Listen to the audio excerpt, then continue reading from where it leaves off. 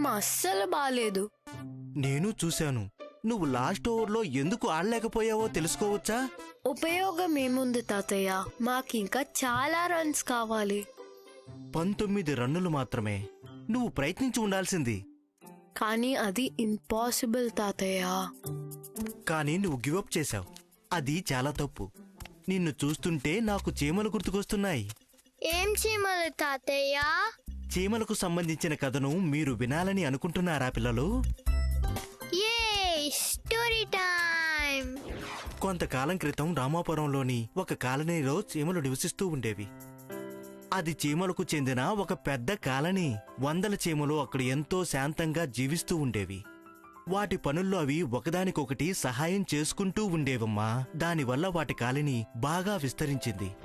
ఆ తర్వాత ఒకరోజు చాలా పెద్ద వర్షం పడింది. వర్షపు నీరు చీమల పుట్టల్లో కూడా వెళ్ళిపోయింది పిల్లలు. ఇప్పుడు మనం ఏం చేయాలి? నీళ్ళన్నీ మన ఇళ్లలోకి వచ్చేస్తున్నాయి. నా పిల్లలు పారిపోండి. మీకు వీలైనంత వరకు మీరు పరిగెత్తుతూనే ఉండండి. నువ్వు మాతో రావడం లేదా జానీ? ఇక్కడ తప్పించుకునే దారి లేదు. చూడు, నేల మీద కూడా నీళ్లున్నాయి. కానీ ఇక్కడ ఉండి ఏం చేస్తాం?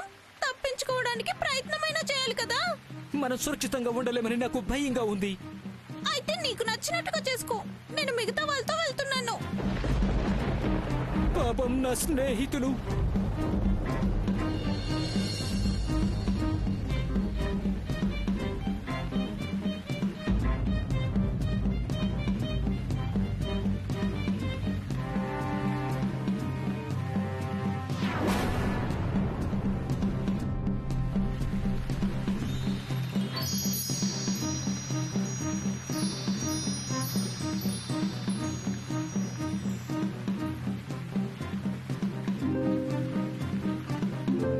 నా స్నేహితులు గనక ఓటమిని అంగీకరించి ఉండకపోతే ఇప్పుడు వాళ్ళు ప్రాణాలతో ఉండేవాళ్ళు.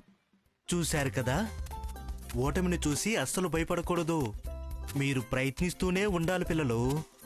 ఇప్పుడు నాకు అర్థమైంది తాతయ్య.